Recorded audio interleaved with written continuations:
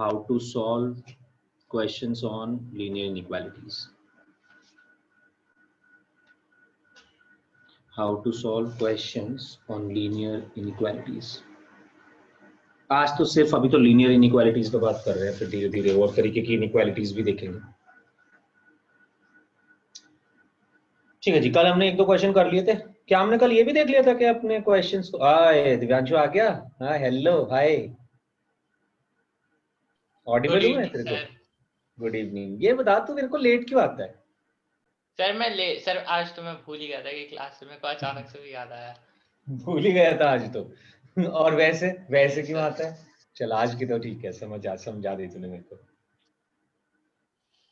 Sir वैसे हो जाता है लेट में को ज्वाइन किया सर, मेरे को थोड़ी याद है सर, मतलब मेरे से नहीं चला जाता सर टाइम से। थोड़ा मुझे थोड़ा अंदर से दिल कहता है कि क्या कर रहे हैं दिव्यांशु, टाइम से कैसे चल सकता है तू? टाइम पे थोड़ी पहुंचना है। तो आज हमारी जो है क्वेश्चंस ऑन लीनियर इनइक्वालिटीज हम स्टार्ट करने वाले हैं। कल हमने इसकी प्रॉपर्टीज पढ़ ली थी लीनियर इनइक्वालिटीज की काफी। अब हम इन प्रॉपर्टीज को अप्लाई करना सीख लें, जरा क्वेश्चंस देख लें। हाँ भाई, मैं आपसे पूछ रहा था कि क्या मैंने आपको नंबर लाइन पे सिखा दिया था प्लॉट करना सॉल्यूशन? नहीं नो सर। हाँ सर, वो माइनस इन्फिनिटी वाला ना, मतलब नंबर लाइन पे अच्छा वैसे देखो, वो वाला तो किया है सर, वो किया है। वो तो बता दिया था सर, एक जो क्वेश्चन दिया था आपने उसमें। ठीक है, क्योंकि हर बार ना हम जब भी हम क्वेश्चन करते हैं इनइक्वालिटीज के, तो उसे हम नंबर लाइन पे प्लॉट कर सकते हैं। या तो इंटरवल में लिखेंगे, है ना, इंटरवल में तो हमेशा आंसर आनी है, ये तो फॉर श्योर है इनइक्वालिटीज के। बट उसी इंटरवल को हम उधर रियल नंबर लाइन पे भी प्लॉट करके दिखा सकते हैं। ठीक, आओ फिर क्वेश्चन करना शुरू करो। The value of x for which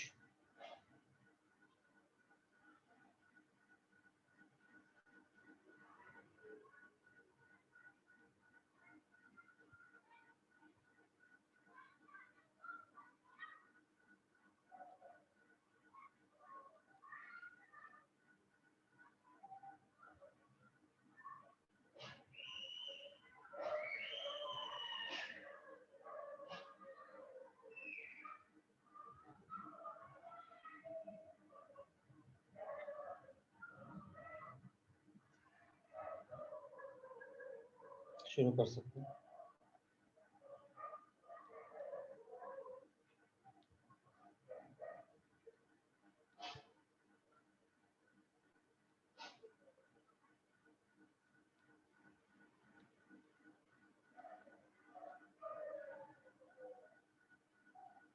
यार ये 2x माइनस 8 है, सॉरी 2x माइनस, देख लो मैंने थोड़ा सा चेंज करा क्वेश्चन।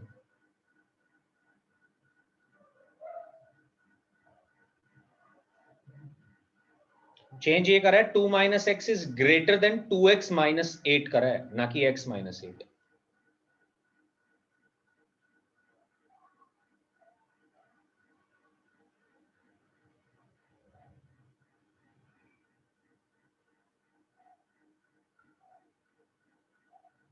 ऋषभ, क्या ऑप्शन ए और ऑप्शन बी सेम है?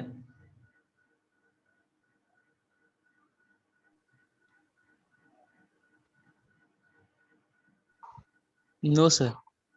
क्या डिफरेंस है दोनों में? सर ऑप्शन ए में इक्वल टू साइन इंक्लूडेड है, बिल्कुल, और ऑप्शन बी में नहीं। क्या ऑप्शन ए आंसर हो सकता है? No sir. Anyone? No sir. क्यों नहीं हो सकता? सर दोनों में इक्वल टू नहीं है, तो जो ओरिजिनल क्वेश्चन, यस सर, जो ओरिजिनल क्वेश्चन है उसमें वहां पे आप देख सकते हो इक्वालिटी एग्जिस्ट ही नहीं कर रही। और अगर ओरिजिनल क्वेश्चन में इक्वालिटी एग्जिस्ट ही नहीं कर रही तो आंसर ए तो नहीं ही हो सकता, ये तो फॉर श्योर है। बी सी डी में से कुछ भी हो सकता है।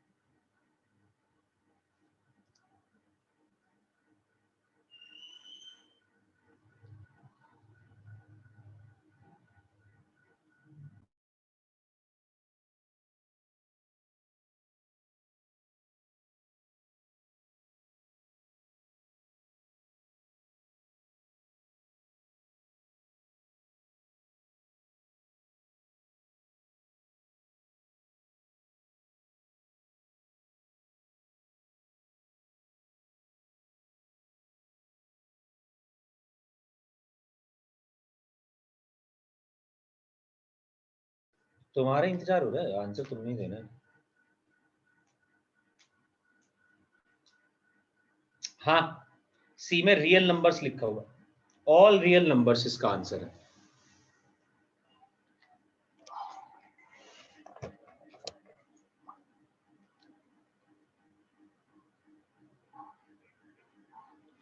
इंतजार है भैया आप ही लोगों का।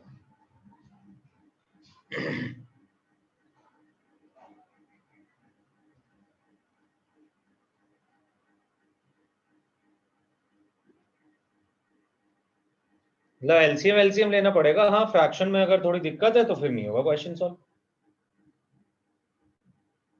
और अगर फ्रैक्शन ठीक ठाक है तो क्वेश्चन में ज्यादा टाइम भी नहीं लगेगा। पहली इक्वेशन को सॉल्व करते हुए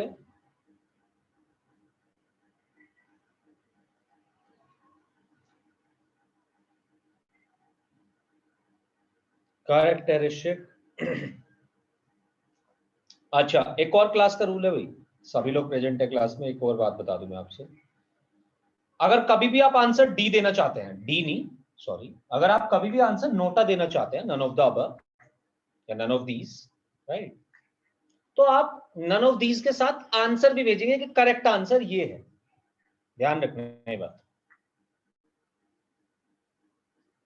दोबारा बता देता हूं, अगर आप नन ऑफ दीज आंसर देना चाहते हैं तो नन ऑफ दीज के साथ आपको आंसर भी बताना पड़ेगा करेक्ट आंसर क्या है।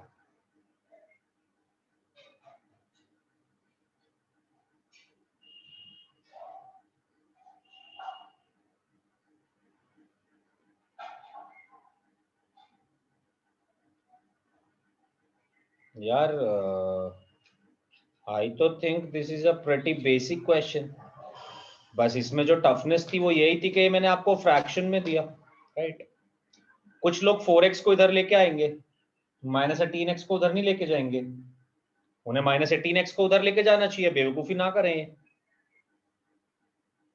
जिससे कि उधर 22 बन जाएगा, लेके आओगे, साइन वाइन चेंज करने में भी कोई दिक्कत नहीं होगी।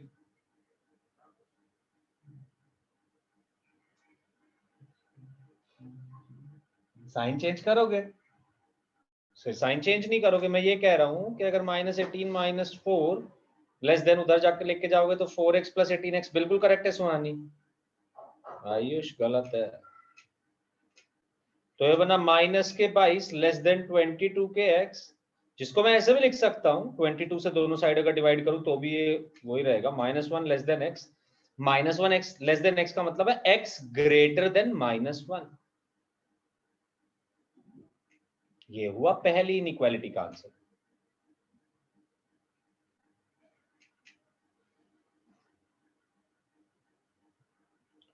दूसरी की तरफ जाते हैं, दूसरी तो काफी आसान है।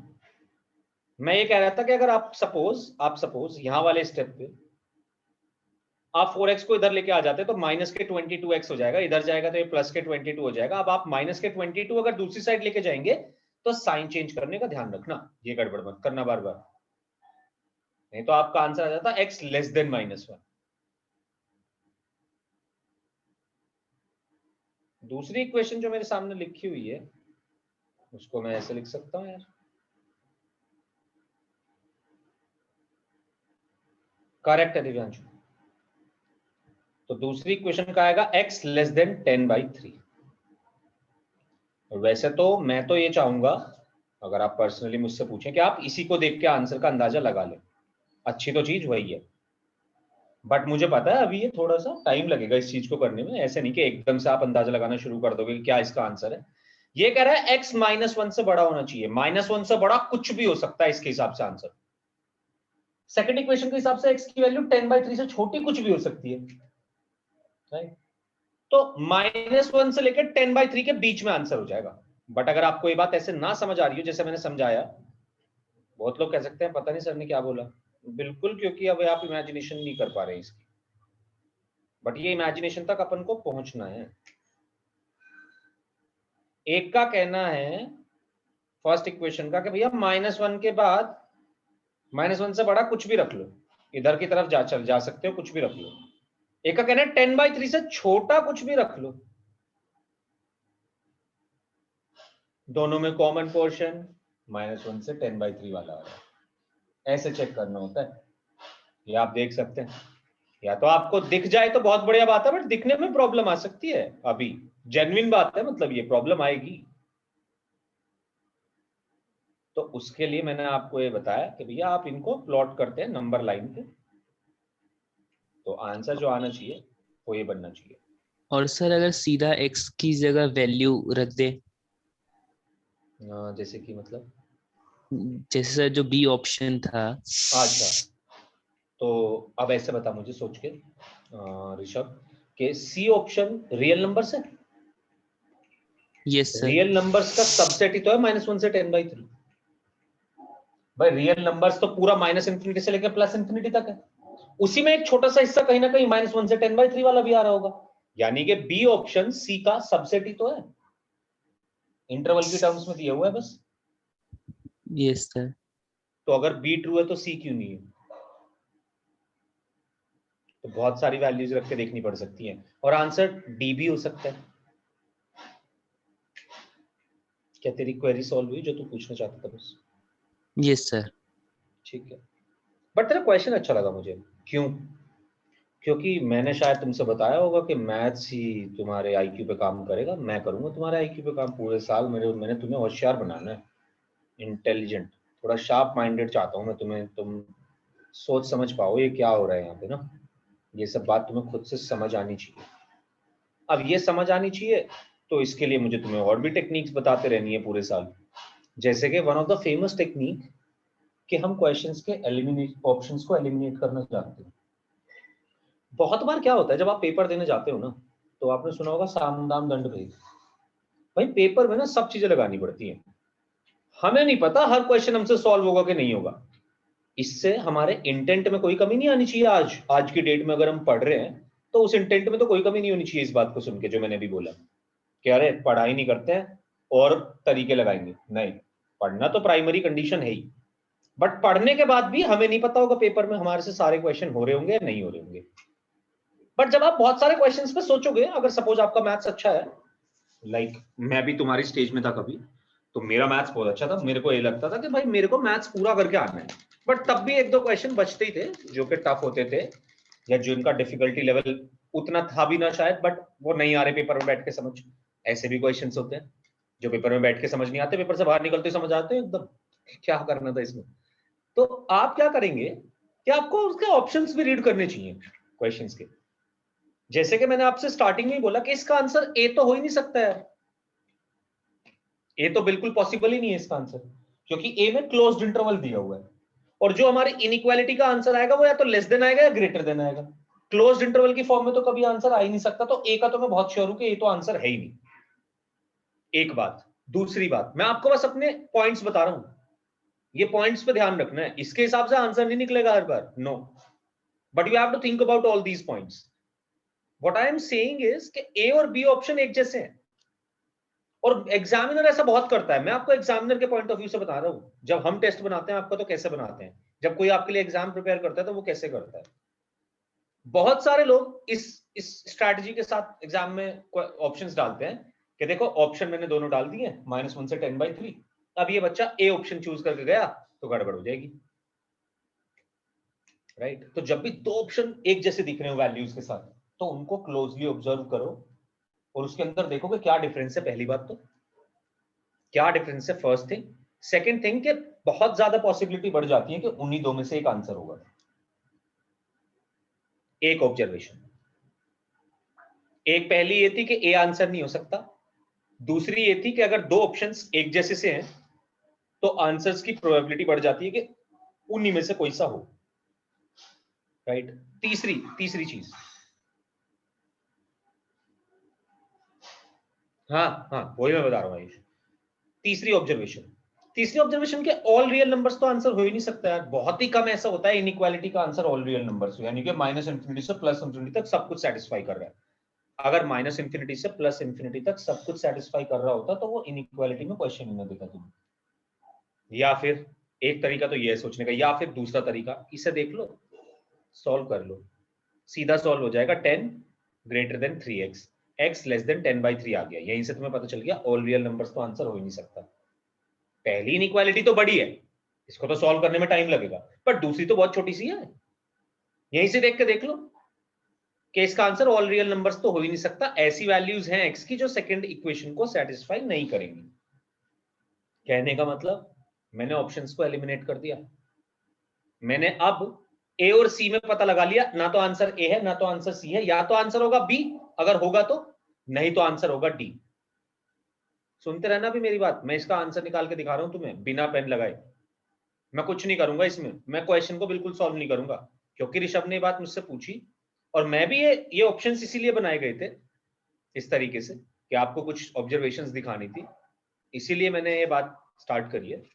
तो मैं अब यहां पे पहुंच चुका हूं कि ना तो इसका आंसर है ए ना तो इसका आंसर है सी। मैंने क्वेश्चन बिल्कुल सॉल्व नहीं करा और मैं बिना सॉल्व करिए भी इसका आंसर भी निकाल दूंगा। रुक जाओ, अब डी आंसर कब होगा? डी आंसर कब होगा? तो डी आंसर के लिए पहली बात तो, अगर आप कोई भी बंदा बैठ के अंदर किसी क्वेश्चन में काफी टाइम दे चुका है, सपोज देखो पेपर के अंदर की बातें बता रहा हूं मैं आपको, जो मैं बातें बता रहा हूं ये बहुत ही जेन्युइन एक्सपीरियंस है। Like I have attempted a lot of test series और मैं बहुत साल से बच्चों को देता आ रहा हूं और ये मैं बहुत करता हूं आप ही लोगों के साथ। आप टेस्ट देंगे, आप टेस्ट में पूछ सकते हैं आपकी प्रॉब्लम्स क्या फेस कर रहे हो आप, मुझे बहुत प्रॉब्लम्स के बारे में पता भी है और हाउ टू सॉल्व देम ये भी बहुत अच्छे से पता है। तो ये जो मैं आपको बता रहा हूँ इन ऑब्जर्वेशंस को ध्यान में रखिएगा, ये मेरे को काम करना है पूरे साल तुम्हारे साथ साथ।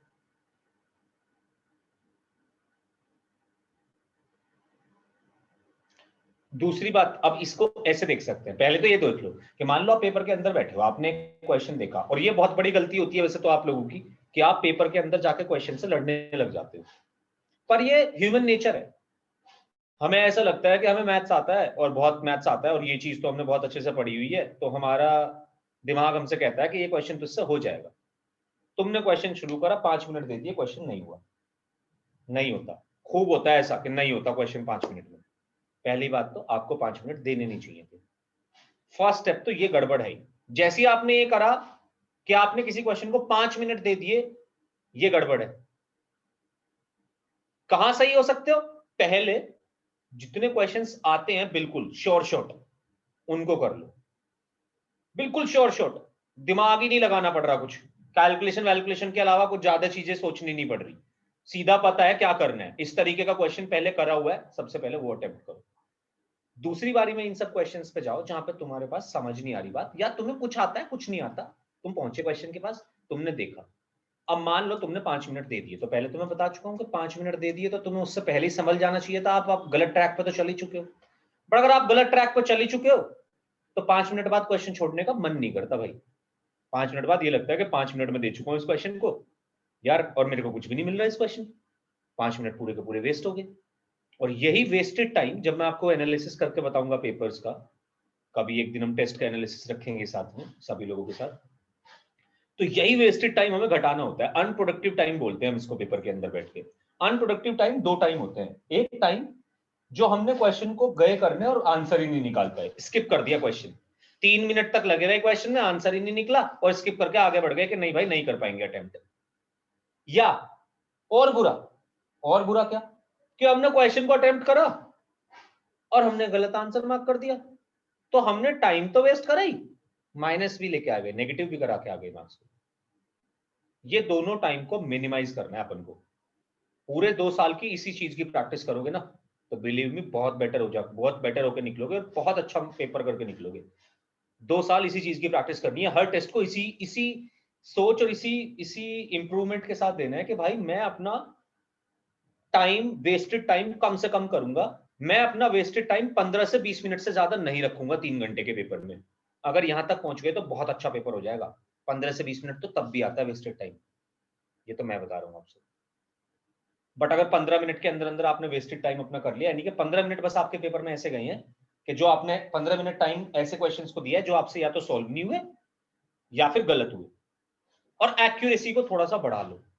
बस इन्हीं 2 चीजों पे काम करते हुए आपको टेस्ट देने हैं। टेस्ट को ये सोच के मत देना कि हमारे मार्क्स कितने आ रहे हैं, टेस्ट को ये सोच के देना जो मैंने आपसे 2 टास्क बताए हैं ना आज के बाद, टेस्ट को बस इन्हीं 2 टास्क के लिए देना।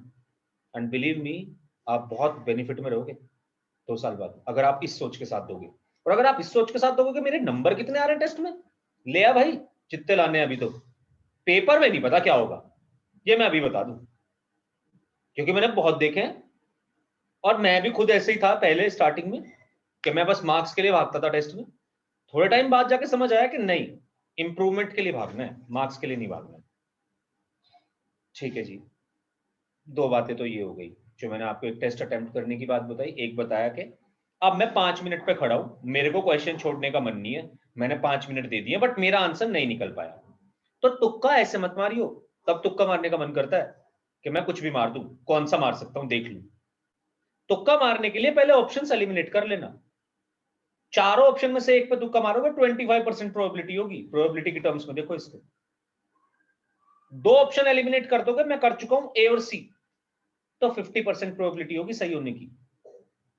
गलत तो अभी भी हो सकते हो, गलत तो अभी भी हो सकते हो, बट कम चांसेस हो गए गलत होने के, राइट। तो जब भी तुक्के मारे जाते हैं, कैलकुलेटेड तुक्के मारे जाते हैं, अंधाधुंध तुक्के नहीं मारे जाते अक्कड़ बक्कड़ करके, वो नहीं करना है।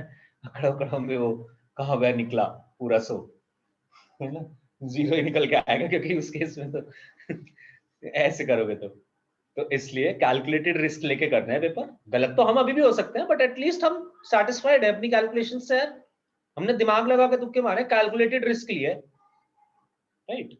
दूसरी बात, अब मैं इस क्वेश्चन पर आगे बढ़ा, मैंने देखा बी या डी में से आंसर है, तो आप एक कोई भी ऐसी वैल्यू ले लो जो -1 से 10/3 के बाहर है, और 2-3 ऐसी वैल्यूज ले लो जो -1 से 10/3 के अंदर है। इससे आप पूरा श्योरिटी पे तो नहीं बोल पाओगे आंसर को, राइट। आप पूरा श्योरिटी से तो नहीं बोल सकते, बट फिर भी आपको काफी हद तक आइडिया लग जाएगा कि आंसर बी है।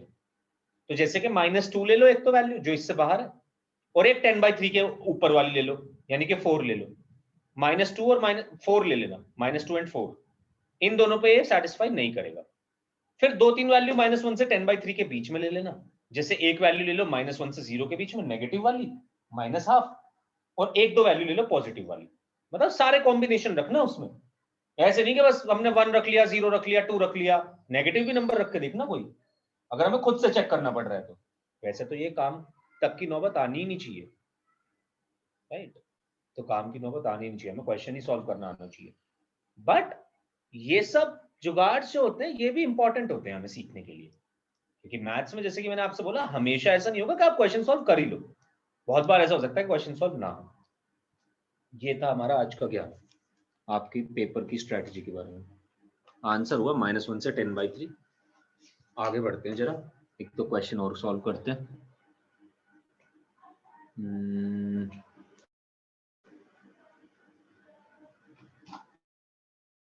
Can I rub this?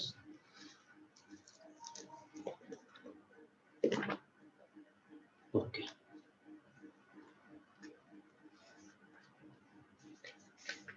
तो आज के बाद टेस्ट देना तो मेरी बात दोबारा सुन लो। वेस्टेड टाइम, अनप्रोडक्टिव टाइम कम करना है, एक्यूरेसी बढ़ाना है, बस दो ये ना अपने।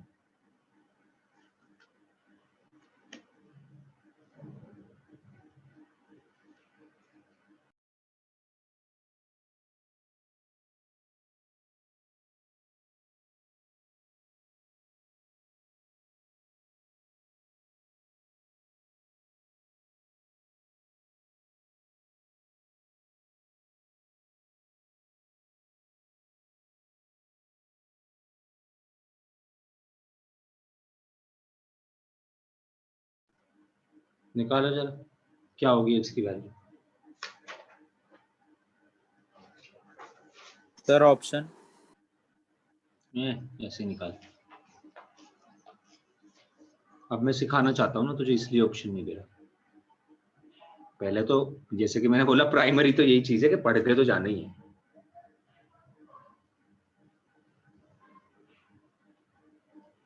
और ये तो बेसिक क्वेश्चन है, ऑप्शन दूंगा, अच्छे सवालों में ऑप्शन दूंगा हमेशा।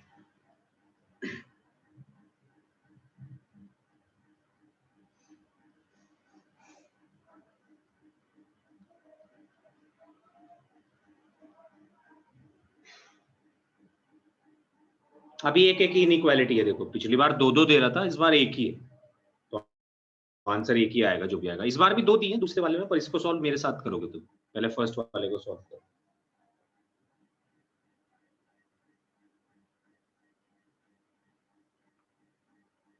अच्छा फर्स्ट वाले को मैं डिवाइड कर दे रहा हूं ऐसे, सॉल्व फॉर x, और पहले केस में आंसर देना है x belongs to natural numbers में, दूसरे केस में आंसर देना है x belongs to real numbers में। आप करो जरा,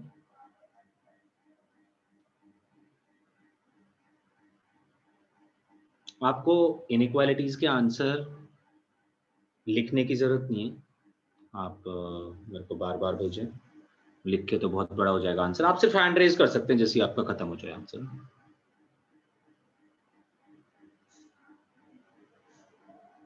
सॉल्व करती हैंड रेज करके। सर दोनों करके करना है या पहला हो जाए तो? पहले वाला क्वेश्चन, दूसरे वाला तो मेरे साथ ही करना है।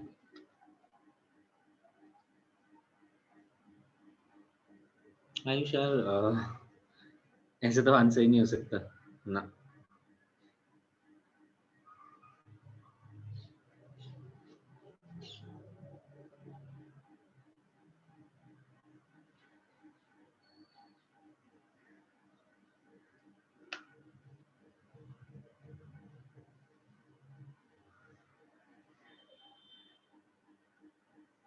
उन्हीं का आंसर दे फर्स्ट का। Sir, x is greater than 10/7. क्या है करेक्ट है ऋषिक एंड दिव्यांशु?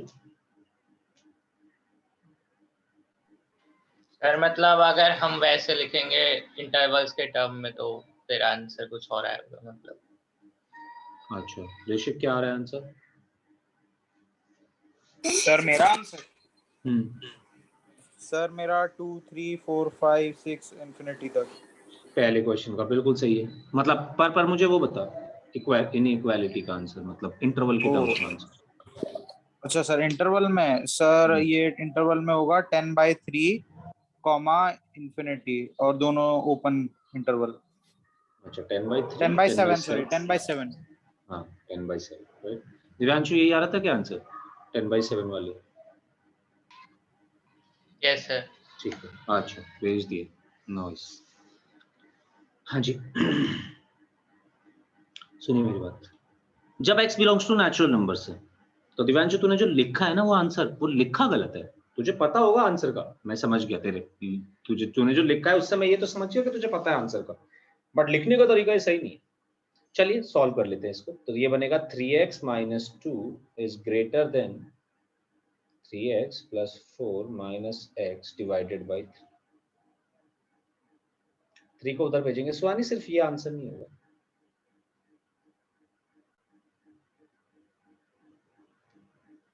सर लाइक उसके पार्ट्स मतलब पूरा एक्स का वो उस बेसिस में बताना है कि ये बताना है? अच्छा ऐसे बताना, ओके ओके। अभी देख आंसर तो हमारा ये निकला, x Yes, greater sir. Then 10/7। अगर हम इनइक्वालिटी को सॉल्व करते हैं तो x की वैल्यू ग्रेटर देन 10/7 है, तो पहले पार्ट का आंसर क्या होगा?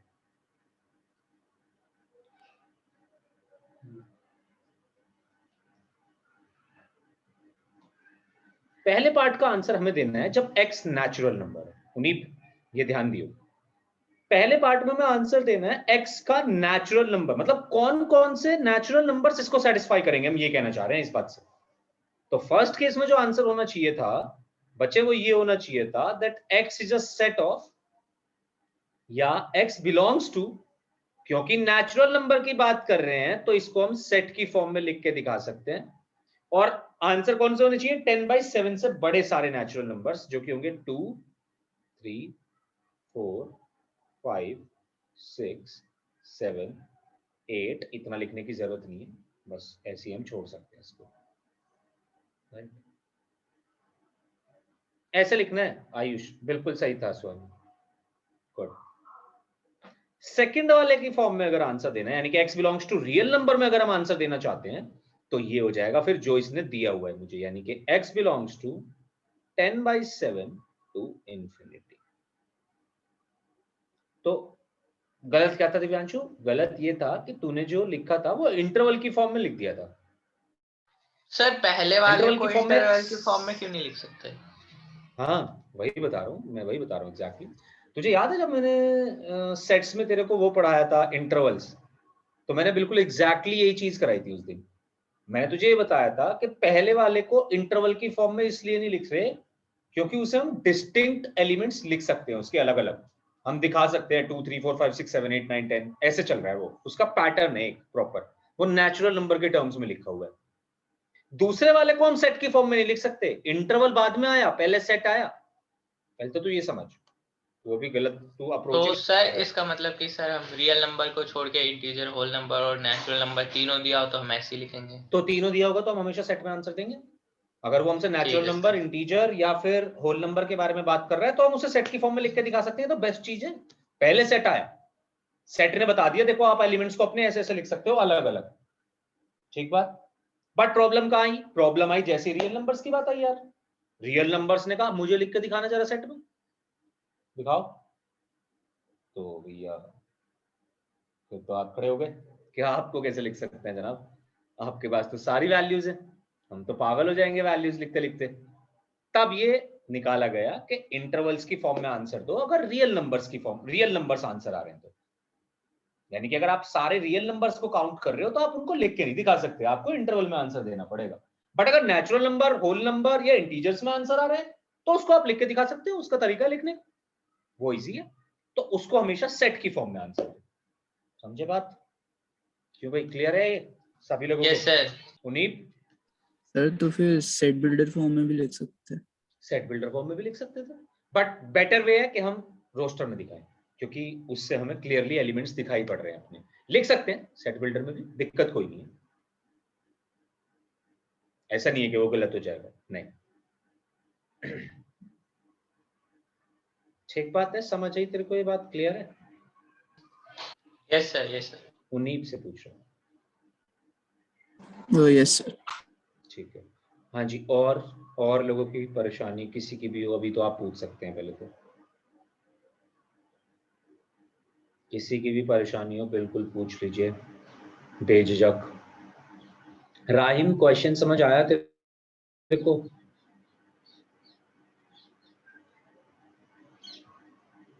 Yes, sir. Okay. Sir, I was disconnected. Can you explain, please?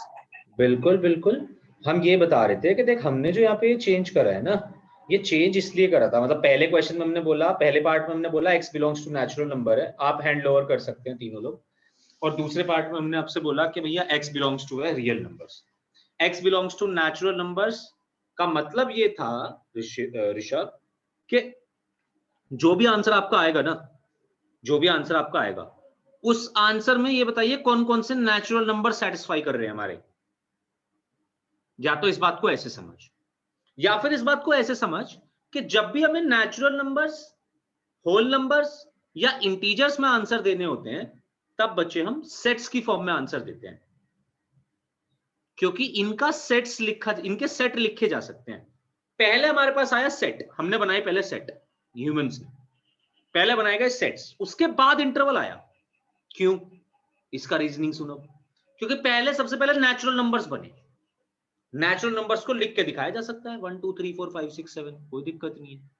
Whole numbers को 0 1 2 3 4 5 6 7, इंटीजर्स को -1 -2 -3 भी जोड़ दिए इनके साथ। तो इन सबको मैं डिस्टिंक्ट अलग अलग लिख के दिखा सकता हूं, एक सेट की फॉर्म में रिप्रेजेंट कर सकता हूं। बट जैसे ही रियल नंबर आया प्रॉब्लम हो गई। क्या प्रॉब्लम? रियल नंबर्स को सेट की फॉर्म में लिखना वाज नॉट पॉसिबल, क्योंकि यार हम पगला जाते हैं ऐसे तो लिखते लिखते, राइट? रियल नंबर्स को सेट में नहीं दिखा सकते हम, तो रियल नंबर्स के लिए बनाए गए इंटरवल्स। ठीक है जी, इंटरवल्स जब जब हमें रियल नंबर्स में आंसर पूछा जाएगा तो हम इंटरवल्स की फॉर्म में आंसर देंगे, और जब जब नेचुरल नंबर, होल नंबर या इंटीजर की फॉर्म में आंसर पूछा जाएगा तब तब हम सेट की फॉर्म में आंसर देंगे। क्या बात क्लियर है ऋषभ? Yes, sir. तो देख हमारा आंसर तो आया था x ग्रेटर देन 10/7, बट जब x नेचुरल नंबर था तो हमने उसे नेचुरल नंबर की फॉर्म में आंसर दिया, यानी कि 2 3 4 5 6 7 8 9 जो भी बन सकते हैं। और दूसरे केस में हमने वहीं से ही आंसर शुरू करा जहां से आया था। ठीक है, क्लियर है बात? Yes, sir. ठीक है, अब अगला क्वेश्चन कुछ लोगों ने कर लिया है। मुझे लगता है दोनों का आंसर बिल्कुल एक ही जैसा है, तो तीनों का आंसर एक ही जैसा है, Divyanshu, Ayush and Rishik. Correct है आपका आंसर, तीनों का ही मतलब मैं ऐसे एज्यूम करके चल रहा हूँ। बट अगर आपको इस तरीके के क्वेश्चन सॉल्व करने हैं, ठीक है, तो आप इसको एक ही स्टेप में करो। एक तरीका तो ये है कि मैं इसको दो तरीके से करूं, मतलब दो अलग अलग इनइक्वालिटी में सॉल्व करूं। एक इनइक्वालिटी ये बनाऊं, क्योंकि इसमें और इसमें दोनों में सॉल्व कर लूं इन दोनों को। एक इनइक्वालिटी इन दोनों की बनाऊं। One way to solve this kind of problem, and another way to solve this kind of problem is, अगर हम जेई में ऐसा क्वेश्चन कर रहे हैं तो हमें ऐसे नहीं करना है कि हम दोनों इनइक्वालिटी को अलग अलग सॉल्व कर रहे हैं, नहीं।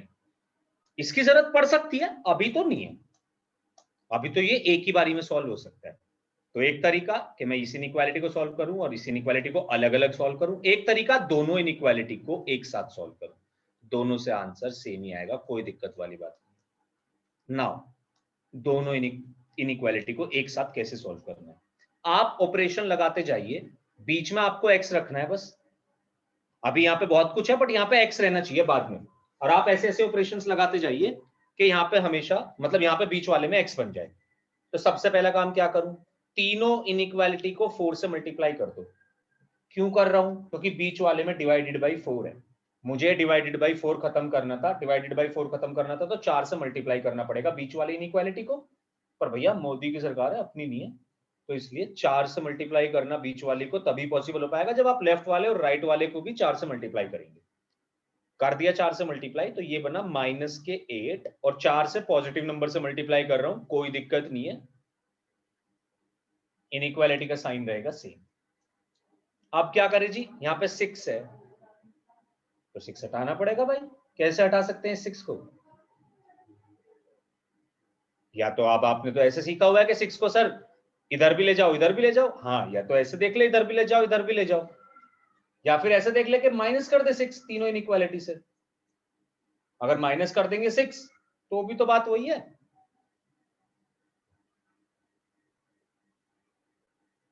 और इनइक्वालिटी का साइन भी सेम रहेगा। बताते रहना, जहां भी दिक्कत हो बिल्कुल पूछ लेना, और एकदम बेझिझक। बहुत अच्छा होना है इनइक्वालिटी में हमें, क्योंकि बहुत सारे क्वेश्चंस आते हैं इनइक्वालिटी के। सर 6 को दोनों साइड भेज के भी कर सकते थे। बिल्कुल दोनों साइड भी, पर जो भी काम करेगा फिर तो दोनों साइड करेगा। जैसे 4 को भी दोनों साइड मल्टीप्लाई करेगा, क्योंकि दो इनइक्वालिटी है ना। तो या तो अपने दिमाग में ये कंसिडर करके रख के दो इनइक्वालिटी सॉल्व कर रहा हूं मैं, तो ऐसे नहीं कि 4 को बस इधर भेज दिया इधर नहीं भेजा और सॉल्व करने लग गया पूरी इनइक्वालिटी, नहीं। अगर तू 4 को दोनों भेज रहा है तो दोनों तरफ भेज, फिर इधर भी भेज, -8 बनेगा, इधर भेजेगा 28 बनेगा, और 4 यहां से खत्म हो जाएगा। सिमिलरली 6 को अगर भेजना है तो इधर भी भेज, -8 बनेगा, इधर भी भेज, -22 बनेगा। दोनों काम, मतलब एक काम दोनों जगह होगा फिर, अगर दो इनइक्वालिटी दी गई है, या तो ऐसे सोच लो। वैसे बेस्ट वे तो ये है जो मैं बता रहा हूं भैया, मुझे ये देखना है क्या क्या मुझे इसमें से हटाना है, जो हटाना है उसी के हिसाब से ऑपरेशन लगाते चले जाओ। सर हो गया, बिल्कुल हो गया।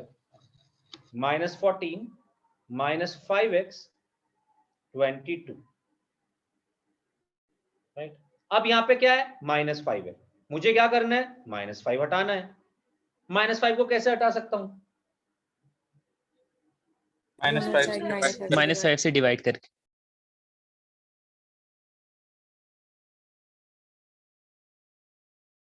डिवाइड, तो हम बिल्कुल सही जवाब दिया है भाई, -5 से डिवाइड कर देंगे। पर -5 से डिवाइड करेंगे तो कुछ अलग होगा क्या, साइन उल्टे हो जाएंगे सर इनइक्वालिटी के। साइन उल्टे हो जाएंगे इनइक्वालिटी के, क्योंकि नेगेटिव नंबर से डिवाइड कर रहे हैं। या फिर ऐसे देख लेते कि -5 को दोनों तरफ ले गए, वो भी कहीं सही था तरीका देखने का। क्या बना 14/5, ये क्या बना x, ये क्या बना -22/5। तो बजाय दो इनइक्वालिटी सॉल्व करने के मेरे दोस्त, तुम एक इनइक्वालिटी भी सॉल्व कर सकते हो। आंसर बन जाएगा x बिलोंग्स टू -22/5 टू 14/5। इसको मैं नंबर लाइन पे भी शो करके दिखा सकता हूँ, कहीं ऐसे बन रहा होगा, कहीं आएगा -22/5, कहीं आएगा 14/5। आंसर होगा जी यहाँ से लेके यहाँ के बीच।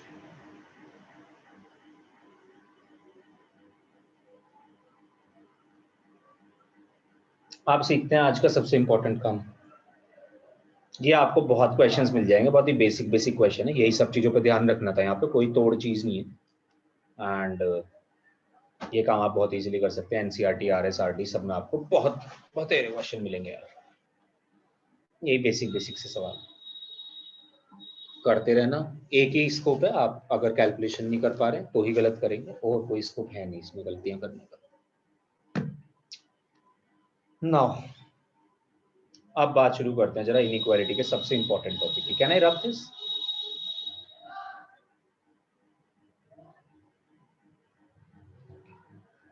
So the most important topic of inequality is this wavy curve method. कितने लोगों को वेवी कर्व मेथड यहाँ पे आता है? कितने लोगों को वेवी कर्व मेथड यहाँ पे आता है? Sign scheme, wavy curve. Sir नाम ही सुना है। अच्छा, सर ये पढ़ा नहीं है, स्कूल में नहीं पढ़ा है। यार तूने तो पढ़ा होगा ऋषभ, एनटीएससी के लिए 10th नहीं क्लास सर, में तो पढ़ा देते हैं। नहीं सर। मेथड ऑफ इंटरवल्स भी कहते हैं भाई, बिल्कुल सही बात है। Number line method, method of intervals, ये ले तेरा भी नाम लिख देते हैं। मेथड ऑफ इंटरवल्स वैसे काफी लीस्ट फेमस नाम है इसका। अच्छा, तो किसी ने भी इनइक्वालिटी नहीं पढ़ी है? No sir. No sir. Okay no sir. Okay ठीक है भाई, बहुत औसम मेथड है। पहली बात तो आप ये ध्यान रखो, ये ऐसा है जैसे खाने में आलू किसी भी सब्जी के साथ चल जाते हैं। Just the similar way of working of this method, wavy curve method, किसी भी चैप्टर के साथ चल जाएगा भाई, कहीं भी चल जाएगा वेवी कर्व मेथड, है ना। और काफी एप्लीकेशन होगी, लाइक 11th में भी 12th में भी। अभी आपने रिलेशन फंक्शन तो पढ़ा होगा, किस किस ने पढ़ा रिलेशन फंक्शन? डोमेन निकालना आ गया तुम्हें? किस किस को आता है डोमेन निकालना, बताओ। अच्छा, फिर तो नहीं पढ़ा तुमने, ठीक है। अगर तुम्हें डोमेन निकालना नहीं आता तो फिर नहीं पढ़ा। रिलेशंस वाले उसमें अच्छा, हिसाब से फंक्शंस। डोमेन आता है। Yes sir. नहीं नहीं नहीं नहीं नहीं नहीं नहीं, रिलेशन का डोमेन सही बात है, वो अलग तरीके से निकलता है। फंक्शंस का डोमेन वेवी कर्व लगाना पड़ेगा जब फंक्शंस का डोमेन निकालेंगे। चलिए जी, वेवी कर्व मेथड। पहली बात क्या करता है सर ये? Sign scheme, wavy curve, number line, method of intervals, क्या है ये? क्या है ये? ठीक है, नाम समझ आ गया हमें, बहुत सुन लिया हमने। करता क्या है? करता है this tells you the expression of any sign.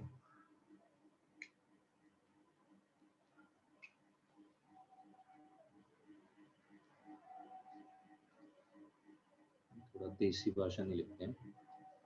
To check the sign of any expression. अगर हम किसी एक्सप्रेशन को ये जानना चाहते हैं कि ये एक्सप्रेशन कब पॉजिटिव होगा और कब नेगेटिव होगा, अगर हम किसी एक्सप्रेशन के बारे में ये जानना चाहते हैं कि ये एक्सप्रेशन कब पॉजिटिव होगा कब नेगेटिव होगा, तो उसके लिए वेवी कर्व मेथड यूज करा जाता है। तो ये मेथड इतना क्यों यूज होता है? जैसे कि मैंने कहा कि ये कहीं भी चल जाएगा, इसीलिए चल जाएगा क्योंकि आपको एक्सप्रेशंस के साइन जानने में बड़ा इंटरेस्ट होगा। आपसे पूछे जाएंगे अलग अलग जगह एक्सप्रेशंस के साइंस, तो वेवी कर्व लगाना पड़ेगा जब भी आपको ये चेक करना है कि ये एक्सप्रेशन पॉजिटिव है क्या ये एक्सप्रेशन नेगेटिव है, राइट। अब एक बारी बात कर लेते हैं कि कब वेवी कर्व को लगाना कैसे है। ठीक है जी, वेवी कर्व को लगाना कैसे है या कब लगाना है। Suppose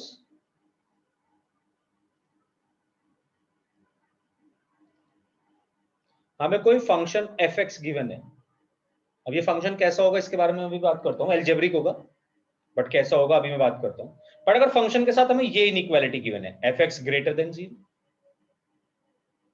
F x less than 0, f x greater than equals to 0 और f x less than equal to 0, where fx is rational algebraic function, लिखते रहो इसको तो अभी साथ साथ, मैं अभी समझाता हूँ उसको। ये थोड़ा पहली बारी में समझना थोड़ा सा मतलब लंबा प्रोसेस है, टफ नहीं है, थोड़ा सा बड़ा प्रोसेस है, लेंदी है।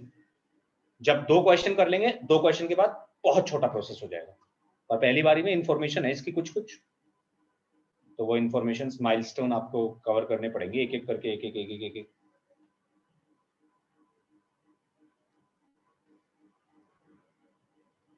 और लिखना भी पूरा पड़ेगा यार मेथड, पहली बार पढ़ा रहा हूँ तो पूरा मेथड लिखूंगा आपको, जिससे कि आप आगे तक कभी गलती ना करें। ये बहुत ही अच्छी बात है कि आपने अभी तक किसी ने पढ़ा नहीं है। अगर आपने पढ़ा होता तो आपको वो सड़े सड़े मेथड पढ़ाए जाते हैं, मुझे नहीं पता, और फिर आपका दिमाग बदलना पड़ता है मुझे यहाँ पे बुला के क्लास में ना, तो वो थोड़ी प्रॉब्लमेटिक होता है, क्योंकि आप बार बार उसी तरीके से क्वेश्चन कर रहे होते हैं जैसे आपको स्कूल टीचर सिखाते हैं। वैसे नहीं करने मेरे भाई, जैसे हम सिखा रहे हैं वैसे करने हैं, फिर कोई क्वेश्चन कर लियो जहाँ भी करने हैं बैठा के, कभी गलत नहीं करूंगा। ठीक है जी, तो अगर हमें कभी भी ये 4 एक्सप्रेशन दिए हुए हैं, ध्यान दीजिएगा, ग्रेटर देन, लेस देन, या greater than equal to, less than equal to, zero ही है दूसरी साइड। मतलब मैं यही जानना चाहता हूँ एक्सप्रेशन कब पॉजिटिव है कब नेगेटिव है। अगर ये मान लो 1 होता, एफ एक्स ग्रेटर देन 1 जानना चाहता तो पहले 1 को मैं लेफ्ट हैंड साइड पे लेके आता, एफ एक्स माइनस 1 बनाता फंक्शन को, तब ग्रेटर देन 0 चेक करता। तो वेवी कर्व तभी लगेगा जब ग्रेटर देन में 0 है या लेस देन में 0 है दूसरी साइड। अगर 0 नहीं है तो 0 बनाओ, उस दूसरी वैल्यू को इधर उठा के ले आओ, समझ लेंगे भी आगे चलते चलते। बात तो करते हैं जरा, रैशनल अलजेब्रिक फंक्शंस कैसे होते हैं सर, रैशनल नंबर्स कैसे होते हैं मेरे भाई, बताओगे कोई क्या दोस्त, क्या होते हैं rational function? P upon Q के टाइप के होते थे rational number. Yes sir. Rational number होते थे पी अपॉन क्यू के टाइप के, जहां पे क्यू नहीं होता था 0 के बराबर। बस ऐसे ही होता है रैशनल फंक्शन। एल्जेब्रिक फंक्शन बोले तो एक्स वेक्स नहीं होगा फंक्शन, ट्रिग्नोमेट्रिक नहीं होगा, या लॉगरिथम नहीं होगा, लॉग नहीं होगा, या फिर एक्सपोनेंशियल नहीं होगा। एक्सपोनेंशियल बोलते हैं 2 की पावर x, 5 की पावर x, कांस्टेंट की power variable. I am sure आपने पढ़ भी लिया होगा अभी तक फिजिक्स में एक्सपोनेंशियल फंक्शन, नहीं पढ़ा तो मैं बता देता हूं। कांस्टेंट की पावर वेरिएबल ऐसी चीजों को एक्सपोनेंशियल फंक्शन बोल देते हैं, जैसे 2 की पावर x हो गया, e की पावर x हो गया, 5 की पावर y हो गया, ऐसी चीजों को एक्सपोनेंशियल फंक्शन बोला जाता है। हम पढ़ेंगे जब रिलेशनल फंक्शन पे होंगे, बहुत अच्छे से पढ़ेंगे, अभी उसका डिस्कशन नहीं है। मैं तो बस ये बताना चाहता हूं, ये जो px और qx है ना यहाँ पे, ये पॉलिनोमियल्स हैं, ऐसे समझ लो आप मोटी मोटी बात तो। यानी कि न्यूमरेटर में कोई पॉलिनोमियल, डिनोमिनेटर में कोई पॉलिनोमियल दिया हुआ है, मैं उसका साइन चेक करना चाहता हूं, फटाक से वेवी कर्व यूज कर लूंगा, पहली बात। दूसरी बात, अब आगे बढ़े जरा, कि यहां पे हमें कुछ फैक्टर्स दिए जा सकते हैं, यहां पे हमें कुछ फैक्टर्स दिए जा सकते हैं, क्या करना है?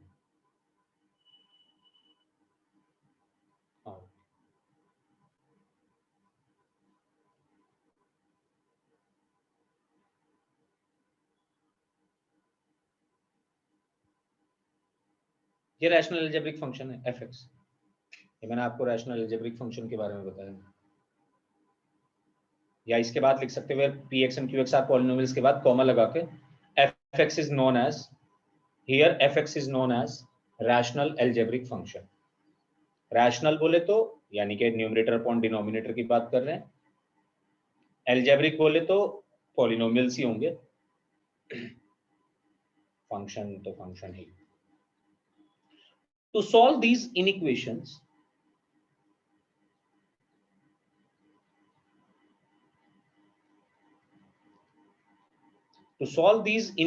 यानी कि px upon qx greater than 0 या px upon qx less than 0 या px upon qx greater than equal to 0, या जो भी, हम इस साइन मेथड को यूज करेंगे या वेवी कर्व मेथड को यूज करेंगे, जो कि मैं अब एक्सप्लेन करने वाला हूं नीचे के एल्गोरिथम में।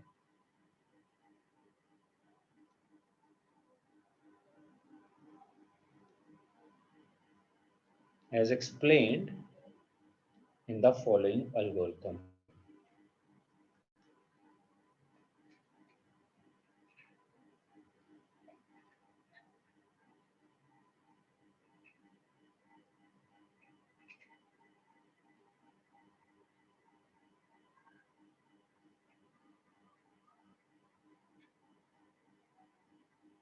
हाँ जी, एल्गोरिथम क्या है? तो एल्गोरिथम के कुछ स्टेप्स हैं मेरे दोस्त, ऐसे नहीं होगा। Step 1, obtain px and qx। obtain px and qx से मेरा मतलब है कि प्रॉपरली अपना px और qx बना लो एक बार, क्या बन रहा है, क्योंकि जरूरी नहीं कि आपको डायरेक्टली इसी फॉर्म में आंसर दिया गया हो, मतलब इसी फॉर्म में इनइक्वालिटी दी गई हो कि px upon qx greater than 0 है। ऐसा भी हो सकता है ऐसे दिया गया हो px upon qx greater than 1 है, तो 1 को पहले लेफ्ट हैंड साइड पे लेके आना पड़ेगा, थोड़ा सॉल्व करना पड़ेगा, तब हमारा एग्जैक्टली px और qx आएगा। तो पहले स्टेप तो है obtain px and qx। Step 2 है, जैसे आपको मिल जाए इस तरीके की इनइक्वालिटी के numerator upon denominator is greater than 0, greater than equal to 0 या less than 0, less than equal to 0, आप अपने न्यूमरेटर को भी फैक्टराइज करिए और डिनोमिनेटर को भी फैक्टराइज करिए।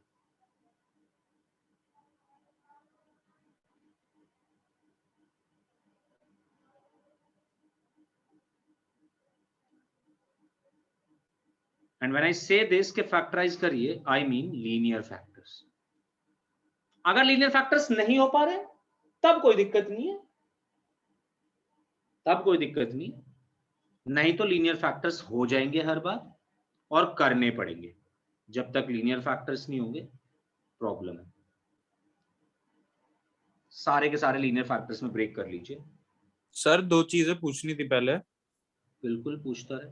सर जो फंक्शन ऑफ एक्स है वो जरूरी है कि उसकी जो डिग्री होगी वो कुछ लिमिट होगी, या फिर डिग्री कितनी में हो सकती है?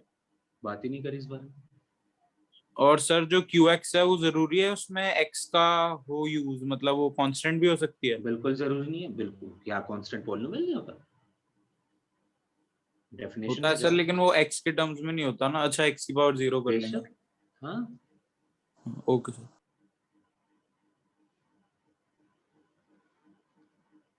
तेरे जेन्युइन क्वेश्चन थे, बट मैंने तुझे ज्यादा अभी इसलिए नहीं बोला कुछ भी, क्योंकि जैसे कि मैंने पहले ही कहा था, पहले मैं एक्सप्लेन कर दूं फिर मैं क्वेश्चन कराऊंगा तो और अच्छे से समझ आ जाएगी बात सारी। जो तू कह रहा है अभी, ये सब क्वेश्चन में मैं सारी चीजें क्लियर कर दूंगा तेरी खुद ही, टेंशन मत। जब आज की क्लास के बाद बाहर निकलेगा तो सब बेबी कर पूरा जानता होगा अच्छे से लगाना।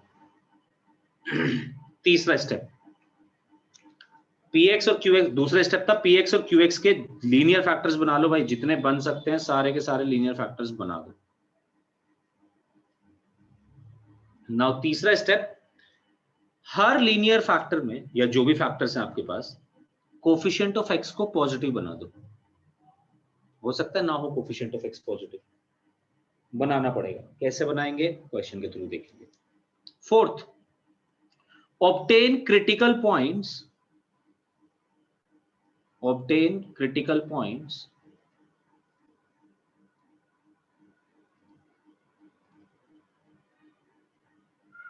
by equating all factors to 0।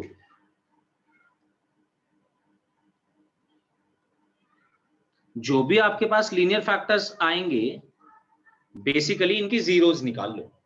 जैसे x माइनस 1, x माइनस 2 ये बने लीनियर फैक्टर, तो x माइनस 1 की जीरो निकाली तो x की वैल्यू 1 आई, x माइनस 2 की जीरो निकाली तो x की वैल्यू 2 आई। ये जो जीरोस आएंगी इसकी, इसको हम बोलते हैं क्रिटिकल पॉइंट्स।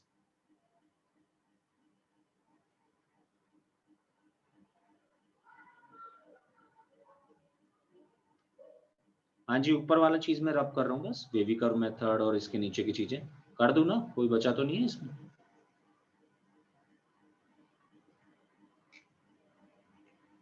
एल्गोरिथम नहीं करूंगा।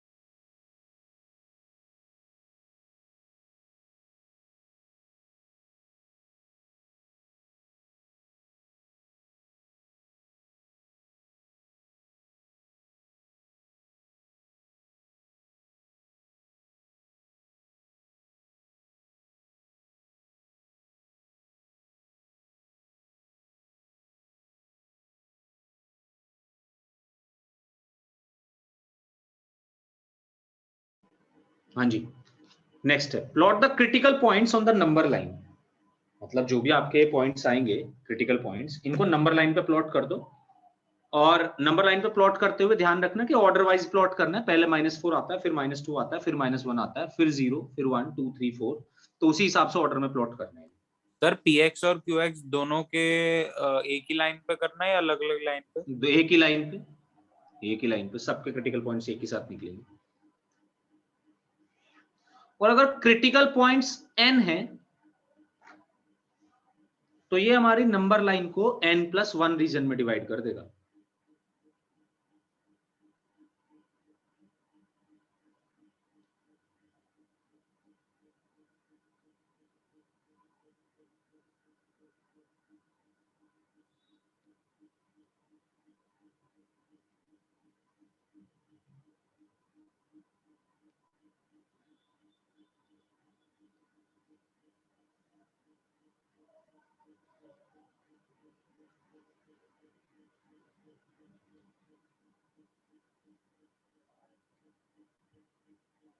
अगर क्रिटिकल पॉइंट्स n है तो ये हमारे नंबर लाइन को एक ज्यादा रीजन्स में डिवाइड कर देगा। अभी आपको ये सब चीजें समझ आ जाएंगी।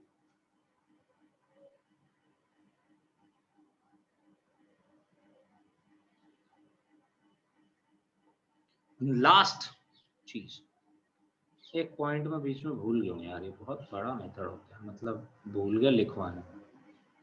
अभी मैं नीचे लिखवा दूंगा उसको।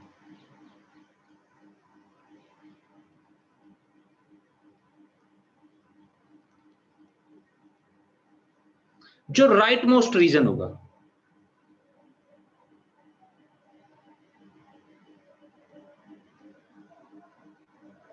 उसमें हमें कुछ करना होगा।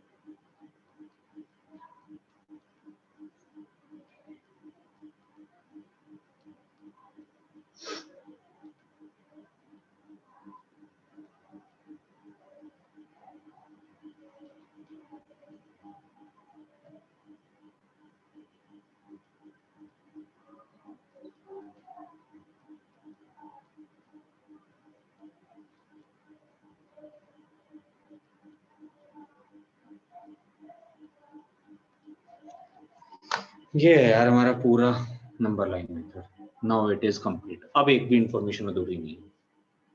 सर हम्म। सर स्टेप 6 समझ नहीं आया। और ये सर आपने odd powers of linear factor है तो पावर आ गई तो लीनियर फैक्टर कैसे हुआ वो? बताते हैं ना, अभी सब बताएंगे। रुको जरा, ठहरो।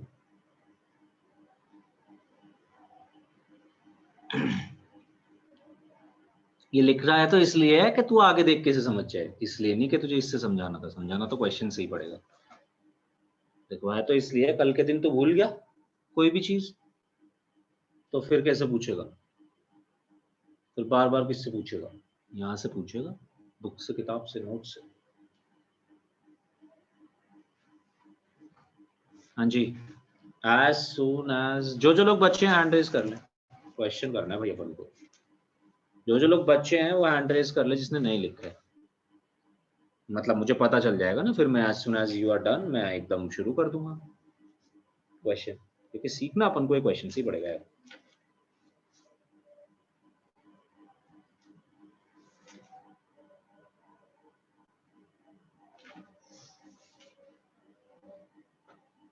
Can be safely neglected.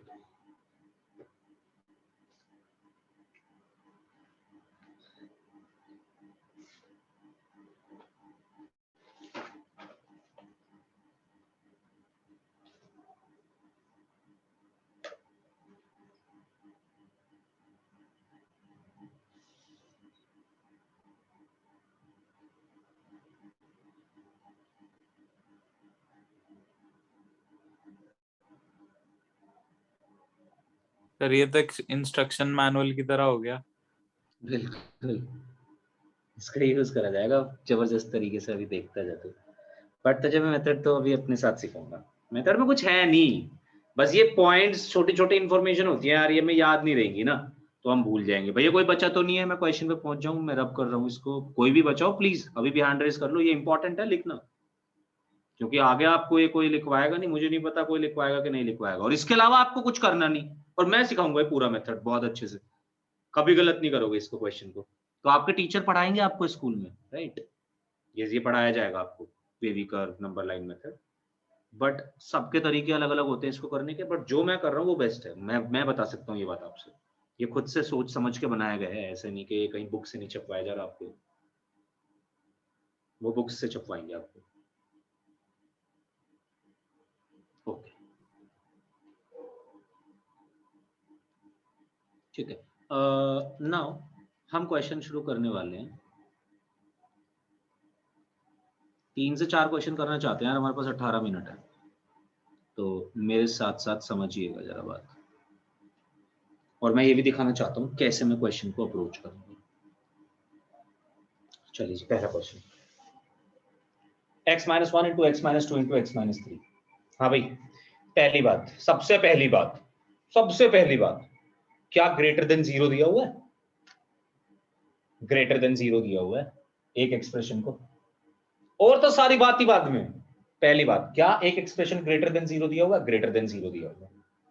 दूसरी साइड अगर सर कुछ होता, 1 होता, 2 होता, 3 होता, तो पहले मुझे इसे मल्टीप्लाई करना पड़ता भाई, पहले मैं फिर इसको मल्टीप्लाई करता, -1 को इधर लेके आता, फिर ट्राई करता इसके फैक्टर्स बनाने की, जो कि थोड़ा सा टीडियस प्रोसेस होता, कम्बरसम प्रोसेस होता, जिसको करने के लिए जिसको इसके लिए हमें ऐसा क्वेश्चन नहीं दिया जाएगा, मैं ये कहना चाहता हूं।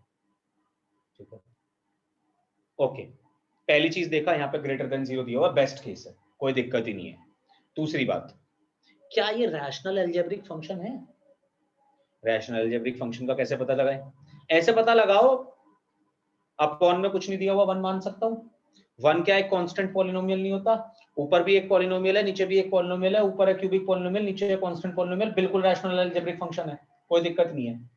और रैशनल अलजेब्रिक फंक्शन में भी आसान फंक्शन है, अभी तो आसान अगले वाला भी है, जब मैं डिनोमिनेटर में कुछ दूंगा, बस तुम्हें पता नहीं, तुम्हें अभी ऐसा लग रहा होगा वो आसान नहीं है, वो भी आसान नहीं है। ठीक है जी, अगली बात, रैशनल अलजेब्रिक, पहली बात ग्रेटर देन 0 पकड़ लिया। दूसरी बात, क्या ये px अपॉन qx की फॉर्म में है? अभी डायरेक्ट अभी है। रैशनल अलजेब्रिक फंक्शन से मेरा मतलब ये था, क्या मैं इसमें px को पहचान पा रहा हूं? हाँ जी, पहचान पा रहा हूं। क्या है px? x - 1 x - 2 x - 3 का मल्टीप्लीकेशन। qx क्या है? 1। क्या हमारा qx से कोई लेना देना पड़ेगा इसमें? नहीं, सिर्फ px पे डिपेंड करता है पूरा का पूरा सी चीज। ठीक है जी, देखते चलना मेरे साथ। अभी पहला क्वेश्चन है इसलिए लिखवा दे।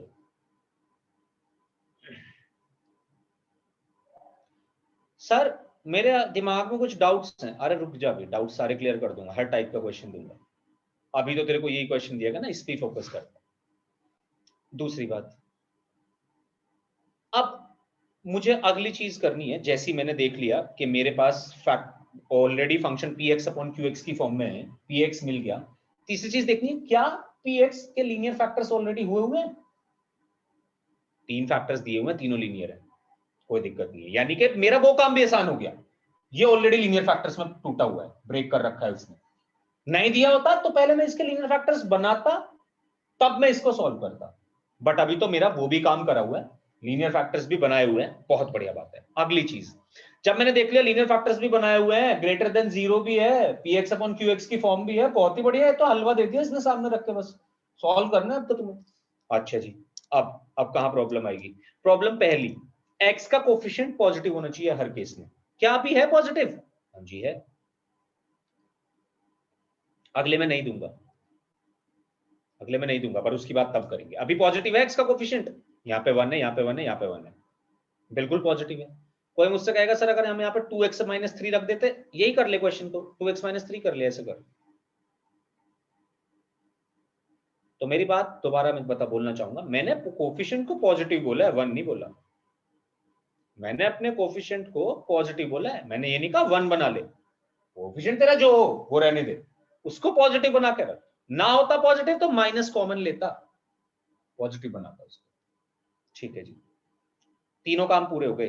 px अपॉन qx की फॉर्म में भी है, फैक्टराइजेशन भी ऑलरेडी हो रखा है, कोफिशिएंट ऑफ x भी पॉजिटिव है। अब क्या करूं? क्रिटिकल पॉइंट निकाल। क्रिटिकल पॉइंट कैसे निकलेंगे? तीनों लीनियर फैक्टर्स को 0 के बराबर रखते। यहां से आया x की वैल्यू 1, यहां से आया x की वैल्यू 2, यहां से आया x की वैल्यू 3/2। भैया लिखना मत, लिखोगे तो गड़बड़ करोगे अपने साथ, समझ लो। पहले लिखवा तो दिया ना, अब इतनी देर से लिखा ही तो है, अब समझ लो। लीनियर फैक्टर्स को 0 के बराबर रखा, क्रिटिकल पॉइंट्स आए, 3 क्रिटिकल पॉइंट्स आए। मैंने बोला था अगर n क्रिटिकल पॉइंट्स आएंगे तो नंबर लाइन n+1 रीजन्स में डिवाइड हो जाएगी। अगला काम ये करना था कि इन क्रिटिकल पॉइंट्स को जाके प्लॉट करो नंबर लाइन पर। नंबर लाइन क्या होती है? -∞ से लेकर +∞ तक नंबर लाइन होती है। इन 3 पॉइंट्स को मेरे को इस पे प्लॉट करना है। जब मैं इन 3 पॉइंट्स को प्लॉट कर रहा हूँ तो ऐसे नहीं कि अनाडियो की तरह कहीं भी रख दिए पॉइंट्स, नहीं, जहां नंबर आना चाहिए उनका वहां रखे। पहले 1 आना चाहिए, फिर 3/2 आना चाहिए, फिर 2 आना चाहिए, तो विद ऑर्डर उनको मार्क कर दिया। अगली चीज, राइट मोस्ट रीजन से, तो देखो 3 क्रिटिकल पॉइंट्स थे, 4 हिस्सों में बट गया, 1 2 3 4। तो यानी कि जितने भी क्रिटिकल पॉइंट्स होंगे उससे एक ज्यादा हिस्से होंगे इस नंबर लाइन के। ये हमेशा आएगा, आपको मैं ये एग्जांपल से दिखा रहा हूं बस। 3 क्रिटिकल पॉइंट्स थे, 4 हिस्सों में बढ़ चुकी है मेरी नंबर लाइन। अब क्या करें?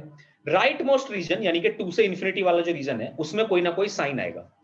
कौन सा साइन आएगा? वो साइन आएगा जो एक्सप्रेशन के बाहर है। हमारा एक्सप्रेशन क्या है? ये है एक्सप्रेशन। एक्सप्रेशन के बाहर साइन कुछ दिया हुआ है? नहीं दिया हुआ तो पॉजिटिव ही कंसिडर करा जाएगा। तो मेरा राइट मोस्ट रीजन में साइन आ गया पॉजिटिव, और अब मैं लेफ्ट मोस्ट रीजन तक जाऊंगा ऑल्टरनेटिवली चेंज करते हुए, plus minus plus minus plus minus plus minus plus minus, जहां तक भी जाना है। 4 ही थे तो मैं वहां तक चला गया। क्या हुआ सर? ये आपको साइन मिल गए। ये एक्सप्रेशन जो आपके सामने लिखा हुआ है 2 से इंफिनिटी एंड 1 से 3/2 में पॉजिटिव रहेगा। ये एक्सप्रेशन जो ऊपर लिखा हुआ है -∞ से 1 और 3/2 से 2, इन दोनों के बीच में नेगेटिव रहेगा। दिखा देता हूं, रुक जाओ। 2 से बड़ा कोई भी वैल्यू लो, 3 ले लो। ये देखो 3 - 1 पॉजिटिव, 3 - 2 पॉजिटिव, 3 × 2 6 - 3 3 पॉजिटिव। तीनों पॉजिटिव है, मल्टीप्लीकेशन भी पॉजिटिव ही आएगा।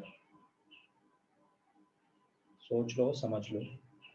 x की वैल्यू 3 रखी, तीनों लीनियर फैक्टर्स पॉजिटिव आ रहे हैं, मल्टीप्लीकेशन पॉजिटिव आएगा। आपको बहुत डिसअपॉइंटमेंट होगा जान के मैंने आपसे कभी भी क्वांटिटी के बारे में बात नहीं करी। मैंने नहीं कहा इसकी क्वांटिटी क्या होगी, ना वेवी कर्व का ये काम कि वो आपको ये बताए इसकी वैल्यू क्या होगी। वेवी कर्व का काम तो सिर्फ इतना बताना है कि ये पॉजिटिव होगा या नेगेटिव होगा। क्वांटिटी से उसका कोई लेना देना नहीं है जी, माफ करो। वैसे ही 1 से छोटी कोई भी वैल्यू रख के देख लो, ये नेगेटिव बनेगा।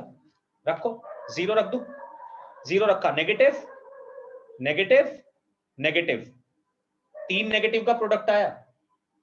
0 रखा, पहला लीनियर फैक्टर नेगेटिव, दूसरा भी नेगेटिव, तीसरा भी नेगेटिव, 3 नेगेटिव चीजों का प्रोडक्ट कर रहा हूं तो नेगेटिव ही बनेगा कि नहीं। 1 से 3/2 के बीच में और 3/2 से 2 के बीच में भी कोई भी रखोगे तब भी पता चल जाएगा। ऑल्दो वो थोड़ा सा टीडीएस कैलकुलेशन है इसलिए मैं रख नहीं रहा, आप रख के देख सकते हो घर पे जाकर, जो मैं बता रहा हूं ट्रू है। ओके, तो मुझे क्या चाहिए था? एक्सप्रेशन ग्रेटर देन 0 चाहिए था। देखो ऊपर देखो, अब सबसे मुझे क्या चाहिए था? एक्सप्रेशन ग्रेटर देन 0 चाहिए था, यानी कि पॉजिटिव चाहिए था, मुझे ये जानना था ये एक्सप्रेशन कब पॉजिटिव है। तो मेरा आंसर क्या होना चाहिए, मेरा आंसर होना चाहिए 1 से 3/2 के बीच में एक्सप्रेशन पॉजिटिव है, यूनियन 2 से इंफिनिटी के बीच में एक्सप्रेशन पॉजिटिव है। यूनियन क्यों लगाया, क्योंकि और आ रहा है, एक ही क्वेश्चन के आंसर है दोनों, दो अलग अलग क्वेश्चन सॉल्व नहीं कर रहे हम, एक ही क्वेश्चन में दो हमारे पास इंटरवल ऐसे आए जहां पे ये एक्सप्रेशन पॉजिटिव आ रहा है। तो हम ये कह रहे हैं कि x की वैल्यू 1 से 3/2 और 2 से बड़ी, तो ये एक्सप्रेशन पॉजिटिव होगा, और उस और को मैंने यूनियन से दिखाया, अगर मैं सेट्स में लिखूंगा तो। अब आप अपने डाउट्स पूछ सकते हैं जो भी पूछना है।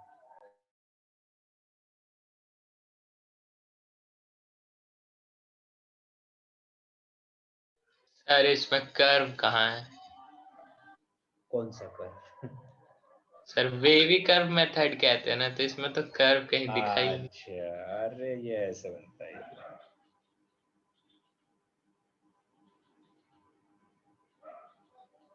कुछ लोग इसको ऐसे भी बनाते हैं, ये वेवी कर्व,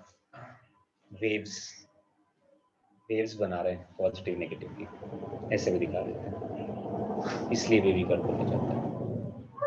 सर अगर x यहाँ पे नेगेटिव आता तो फिर हम माइनस इन्फिनिटी से 1 वाली लेते हैं। हाँ, x नेगेटिव नहीं, अगर यहाँ पे लेस देन 0 पूछता वो हमसे।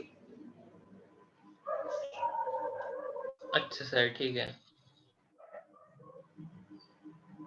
अभी तो बेटे काम करना पड़ेगा, तो थोड़ी दिमाग लगाने पड़ेगा, अभी तो थोड़े क्वेश्चन सॉल्व करने पड़ेंगे। सर पूछ ले। सर नेगेटिव तब लेते जब लेस देन 0 होता।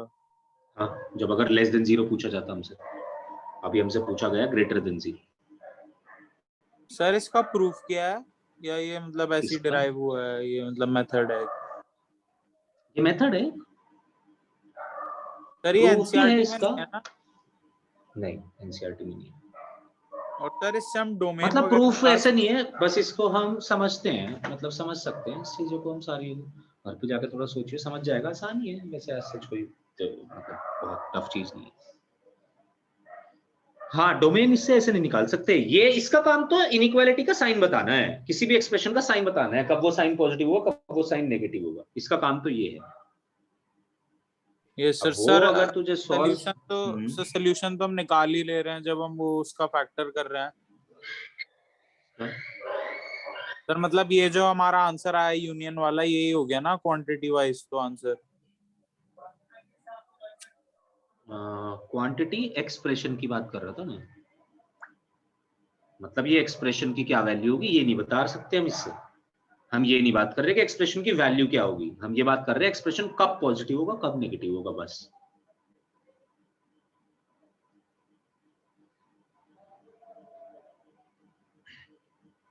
नेक्स्ट क्वेश्चन, क्या ये मेरी रिक्वायर्ड फॉर्म है? सर तो ये आंसर नहीं है इस क्वेश्चन का। ये है ना आंसर। हाँ सर वही मैं कह रहा था ना सर, ये आंसर ये। हाँ सर मेरे को लगा सर आप कह रहे हो आंसर नहीं, नहीं। तो तूने गलत बोली ना बात, तू कह रहा है क्वांटिटी नहीं निकाल सकते हम, क्वांटिटी हम इस एक्सप्रेशन की नहीं निकाल सकते, हम ये निकाल सकते हैं कि ये एक्सप्रेशन कब पॉजिटिव है, इन एक्स की वैल्यूज के लिए ये एक्सप्रेशन पॉजिटिव है। मतलब सर इनइक्वालिटीज में हम एग्जैक्ट तो निकाल ही नहीं सकते, रेंज ही निकाल सकते हैं बस। ने कहा तो रेंज हम इसकी भी निकाल सकते थे फंक्शन की, बट वो यहाँ पे वैलिड क्वेश्चन ही नहीं होता। ये क्वेश्चन वैलिड ये है कि किन एक्स की वैल्यूज के लिए ये इनइक्वालिटी ट्रू है। अच्छा जी, आगे बढ़ते हैं, आ जाओ जरा। सेकंड केस, क्या ये रिक्वायर्ड फॉर्म है मेरी? रोशनी बताएगी ये बात मेरे को। रोशनी,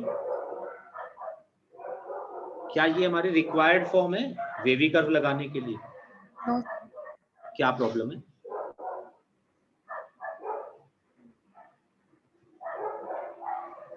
बोल क्या प्रॉब्लम है इसमें? एक साइड पे 3 दिया हुआ है, ये प्रॉब्लम है। हमें एक साइड पे 0 तो चाहिए ही चाहिए, हम किसी भी चीज को पॉजिटिव या नेगेटिव ही देख सकते हैं, ग्रेटर देन इक्वल टू 3 नहीं देख सकते, ये नहीं पता हमें। इसलिए मैंने शुरुआत में बोला था कि हमें क्वांटिटी का नहीं पता इस एक्सप्रेशन की, कि ये एक्सप्रेशन 3 से बड़ा कब होगा, -5 से छोटा कब होगा। अगर कोई हमसे कह रहा है नहीं भाई सॉरी ये तो नहीं बता सकते, ये बता सकते हैं कब नेगेटिव होगा कब पॉजिटिव होगा, यानी कि कब ग्रेटर देन 0 कब लेस देन 0 होगा। तो पहली प्रॉब्लम हमारी सुहानी ये है क्वेश्चन में कि यहाँ पे ग्रेटर देन इक्वल टू 3 दिया गया है। अब इसको कैसे सॉल्व करेंगे, इसको ऐसे सॉल्व करेंगे कि हमें लिखना चाहिए 2x minus 3 divided by 3x minus 5 minus 3, इस 3 को उठा के इधर ले आया, ग्रेटर देन इक्वल टू 0। अब सही फॉर्म है। Okay sir. अब क्या करें अगला काम, अब लगाया हमने फ्रैक्शन, फ्रैक्शन बाय सबट्रैक्शन। इसको सॉल्व करा नेचुरली जिसे हम सॉल्व करते हैं।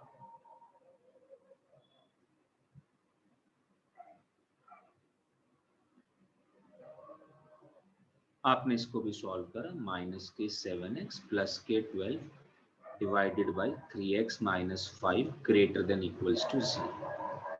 आप यहां तक पहुंच गए। देखो पहले मैंने px अपॉन qx को पूरा सॉल्व करा है ना, पहले मैंने px अपॉन qx को पूरा सॉल्व करा है। आयुष गलत है अभी, मतलब मैंने अब मैं करेक्ट फॉर्म में पहुंचा हूं, पहली बात तो ये है। तो पहले पूरा सिंप्लीफाई कर लो जहां तक पहुंच सकते हो, सिंप्लीफाई करने के बाद अब मैं करेक्ट फॉर्म में हूं। मेरे पास px भी है, मेरे पास qx भी है। px की वैल्यू है माइनस के 7x प्लस 12। हाँ बोल दिव्यांशु। सर एक क्वेश्चन पूछूं? पूछ ले। सर जैसे हम 3 को इधर लेके आए सर लेफ्ट में, अगर हम दोनों साइड को 3x माइनस 5 से मल्टीप्लाई कर देते तो भी तो हो जाता ना। क्या है 3x माइनस 5, पॉजिटिव के नेगेटिव? सर पता नहीं। तो फिर कैसे कर देगा मल्टीप्लाई? सर ठीक है ना, बहुत बड़े सवाल तो तेरा, बहुत अच्छा लगा मुझे। अभी तो ये भी गलती करेगा, आगे मैं कराऊंगा, अभी दूंगा ये क्वेश्चंस भी। नेक्स्ट क्लास हमारी पूरी क्वेश्चंस पे जाने वाली है, इनइक्वालिटीज के कॉन्सेप्ट ओवर। बस एक ग्राफ और सिखाना है, ग्राफ तो बेसिक सा होता है, कोई दिक्कत नहीं, 15 मिनट में ग्राफ सीख जाएंगे। हाँ ऋषभ। सर वैसे अच्छा सर फिर तो आंसर ही हम निकालने लग गए ना सर, वो हम निकाल ही नहीं पाएंगे कब पॉजिटिव और नेगेटिव। हाँ अच्छा जी, px मिल गया, qx मिल गया। px की value minus 7x plus 12, qx की वैल्यू 3x माइनस 5। अगला काम क्या है, लीनियर फैक्टर्स में बने हुए हैं? ये तो ऑलरेडी लीनियर फैक्टर्स हैं मेरे भाई सर, लेकिन नेगेटिव कॉमन लेना पड़ेगा क्योंकि वो तीसरा स्टेप है, पहुंचेंगे, अभी तो दूसरे पे ही। क्या है लीनियर फैक्टर्स में? डिवाइडेड है ऑलरेडी, बिल्कुल है जी, लीनियर फैक्टर्स बने हुए हैं यहाँ पे। अगला काम, क्या x का कोफिशिएंट पॉजिटिव है? नहीं है पॉजिटिव, यहां पे नेगेटिव है x का कोफिशिएंट। क्या करें, माइनस को कॉमन ले लो। माइनस कॉमन लिया तो ये बना 7x माइनस के 12 डिवाइडेड बाई 3x माइनस के 5 ग्रेटर देन इक्वल्स टू 0। क्या आप क्रिटिकल पॉइंट को निकाल के दिखाना पड़ेगा बच्चों की तरह, या खुद से बता सकते हो कि कौन से क्रिटिकल पॉइंट्स हैं इसके? दो क्रिटिकल पॉइंट्स आए, 12/7 5/3। बिल्कुल, 5/3 एंड 12/7। कौन सा बड़ा कौन सा छोटा करके देख ले यार, गलत मत करिए बस। 1.57 1.66 12/7 बड़ा है। देख लो वैल्यूज निकाल के। मैं तो ये कह रहा हूं अगर ना भी पता हो, ऐसे ऐसे कैसे पता चलेगा? मैं वैल्यूज निकाल के ही पता चल सकता है। ये सर 1 डेसिमल तक निकाल लेता हूं मैं। हाँ बिल्कुल, 1 डेसिमल तक पॉइंट को निकाल के देख लो। इसकी वैल्यू 1.7 आएगी, इसकी वैल्यू 1.66 आएगी। पता चल गया 12/7 बड़ा, यानी कि 5/3 को पहले लिखना चाहिए, 12/7 को बाद में लिखना चाहिए।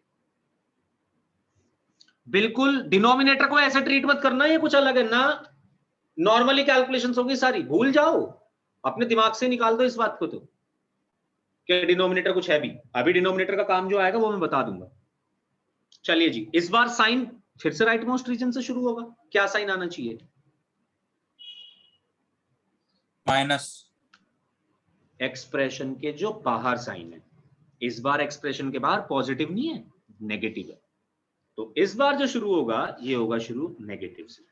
नेगेटिव ऑल्टरनेटिवली चेंज करता चला जाऊंगा, नेगेटिव पॉजिटिव नेगेटिव। यानी कि मुझे क्या चाहिए था आंसर में? Greater than equals to 0। यानी कि मुझे चाहिए था ये एक्सप्रेशन कब पॉजिटिव होगा, पूरा का पूरा एक्सप्रेशन कब पॉजिटिव होगा। हमेशा यहीं से पता चलेगा ग्रेटर देन इक्वल टू 0 है, लेस देन 0 है। पॉजिटिव चाहिए कि नेगेटिव चाहिए? पॉजिटिव चाहिए जी। तो आंसर पॉजिटिव वाला रीजन हो जाएगा, जो भी ये है। क्योंकि ये यही बता रहा है हमें कि 5/3 से लेकर 12/7 तक ये एक्सप्रेशन रहेगा आपका पॉजिटिव।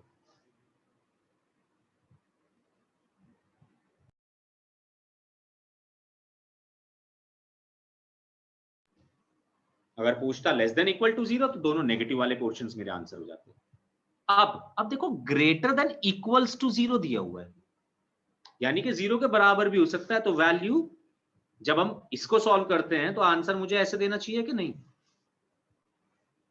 इस बार क्लोज्ड इंटरवल रखने चाहिए कि नहीं? क्योंकि ग्रेटर देन इक्वल्स टू के लिए सॉल्व कर रहा हूं। बट एक बात ध्यान रखना कि डिनोमिनेटर 0 नहीं हो सकता कभी भी।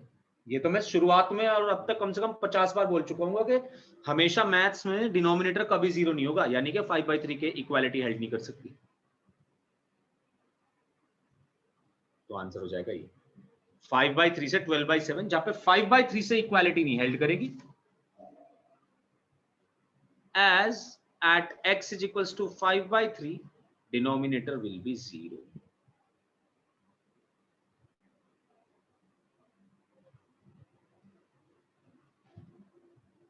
क्या ये बात क्लियर है आप सभी लोगों को? सर ये लास्ट स्टेप फिर से एक्सप्लेन कर देना। ग्रेटर देन इक्वल्स टू 0 क्यों हुआ 5/3? देखिए ये तो ग्रेटर देन इक्वल्स टू 0 के लिए सॉल्व कर रहे थे, तो यहाँ पे जो ओपन इंटरवल आते हैं या क्लोज्ड इंटरवल आते हैं वो तो डिपेंड करता है कि यहाँ पे इक्वल्स टू लगा हुआ है नहीं लगा हुआ है। अगर यहाँ पे इक्वल्स टू लगा होता है तो हम अपने आंसर में भी दोनों जगह क्लोज्ड इंटरवल लगा देते हैं। बट मैं ये बोल रहा हूँ कि क्लोज्ड इंटरवल का मतलब होता है x की वैल्यू 5/3 के भी इक्वल हो सकती है, और अगर x की वैल्यू 5/3 के इक्वल हो सकती है तो डिनोमिनेटर बन जाएगा 0। डिनोमिनेटर कभी 0 बना नहीं सकते हम, डिनोमिनेटर को कभी 0 नहीं बनाना क्योंकि नॉट डिफाइंड हो जाएगा आंसर। तो इसलिए डिनोमिनेटर जब जब 0 बन रहा होगा उन सारी वैल्यूज को एक्सक्लूड कर देना, बस ये चीज ध्यान रखनी है। सर एक चीज पूछती थी। ऋषिक बोल। सर अब जब एक्चुअली अगर हम सॉल्व करें इस क्वेश्चन को तो सर एक्चुअली करें हमने नहीं सर, मतलब मेरा मतलब था सर ये वेवी कर्व से नहीं है, बस अगर हम वैसे करें मतलब 3x-5 से दोनों तरफ मल्टीप्लाई करें और फिर सर वो आएगा तो sir x is less than equal to आ रहा है, तो सर इसमें देखा जाए तो पूरा आ रहा है ना। ऋषिक वो कैसे करेंगे वो भी हम समझेंगे नेक्स्ट क्लास में, बट अभी वो सही नहीं है करना। एक्चुअली अगर करें हम इसको तो ये ऐसे करेंगे। अगर जो तूने पहला वर्ड बोला था ना एक्चुअली करेंगे तो ऐसे करेंगे, वो करेंगे तो वो भी सिखाऊंगा कैसे करेंगे। बट मुझे लगता है कि वो बहुत बेवकूफी भरा मेथड है, क्योंकि उसमें तुम्हारी कैलकुलेशंस बहुत ज्यादा है first of all, and second is कि तुम गलती भी कर सकते हो। गुड इवनिंग सर लेकिन इसमें तो कम हो रही है कैलकुलेशन।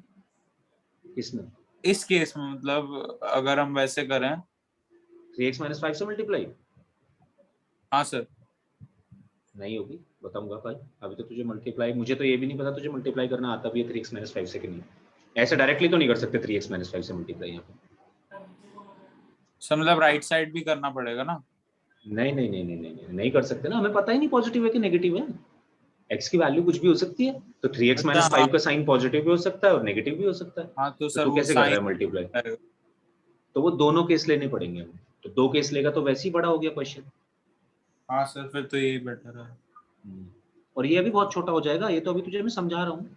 कल तक मिल, नेक्स्ट क्लास तक मिल, नेक्स्ट क्लास में आके इस पे 5 क्वेश्चन करेंगे कम से कम, देख कितना छोटा हो जाएगा। गोली की तरह कर रहे होंगे हम इसी मेथड को, और इतना ज्यादा यूज भी है इसका एक्सटेंसिव कि आपको वैसे ही अच्छे से तैयार हो जाएगा। सर तो मतलब हर क्वेश्चन इससे सॉल्व हो सकता है? हर क्वेश्चन इससे सॉल्व हो सकता है एज लॉन्ग एज वो रैशनल अलजेब्रिक एक्सप्रेशन। हाँ सर मतलब वो एक्सपोनेंशियल वाले तो खुद ही करना पड़ेंगे। हाँ एक्सपोनेंशियल, लॉग, ट्रिग्नोमेट्रिक, ये सब ना हो। Okay sir. चलो।